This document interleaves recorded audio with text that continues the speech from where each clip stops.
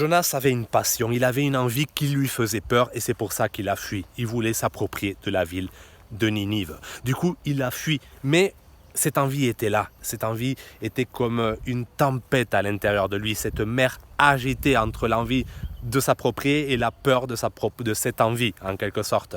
Du coup, il va à un moment, dans ce tourment, se décharger de cette charge parce que tous les signes semblent le mener à ce destin. Donc il se décharge de toute responsabilité en quelque sorte, il sombre dans les profondeurs et il fait dans les profondeurs ce choix, le choix de finalement, oui, je vais accepter ce désir, je vais aller m'approprier de Ninive. Du coup, quand ce choix est fait, il arrive à s'en sortir, il sort du poisson, du fond du trou on pourrait dire, et il va à la ville de Ninive prêcher. Quand il a prêché, il monte dans sa colline et attend que son action porte ses fruits. Il attend que les gens viennent lui dire « Merci, tu nous as sauvés, sois notre guide, sois notre roi ».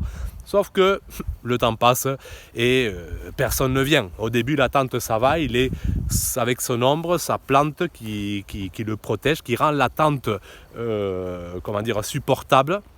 Et après, il y a ce ver qui vient détruire cette plante, ce ver qui pourrait matérialiser le serpent de la Genèse et la plante, l'arbre du bien et du mal, mais on ne rentrera pas dans ce détail, vous pourrez développer vous-même. Et cette plante, ce ver justement, vient ronger la plante et c'est un peu cette patience de Jonas qui est rongée. Et cette patience devient de l'irritation. Pourquoi ils ne viennent pas? Mais s'ils ne viennent pas alors que la ville soit détruite, vraiment qu'ils soient détruits tous et qu'ils viennent après, ceux qui restent, me dire « Ah, oh, t'avais raison, sois notre guide maintenant, sois notre roi, excuse-nous, nous ne referons plus jamais ça. » Voilà, c'est cette envie qui le rongeait, ce ver qui le rongeait. C'est devenu son attente, sa passion est devenue de l'irritation. Et il faut comprendre ça parce que ça nous arrive à nous tous, ça peut nous arriver à nous tous. Et Jésus l'a dit aux pharisiens, lorsque les pharisiens lui demandaient un signe, donne-nous un signe.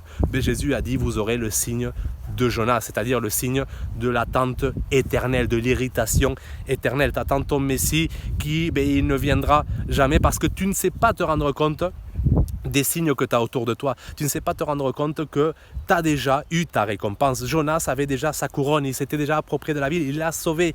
Il n'avait pas besoin d'en plus la reconnaissance de tout le monde. Il n'avait plus besoin de ça.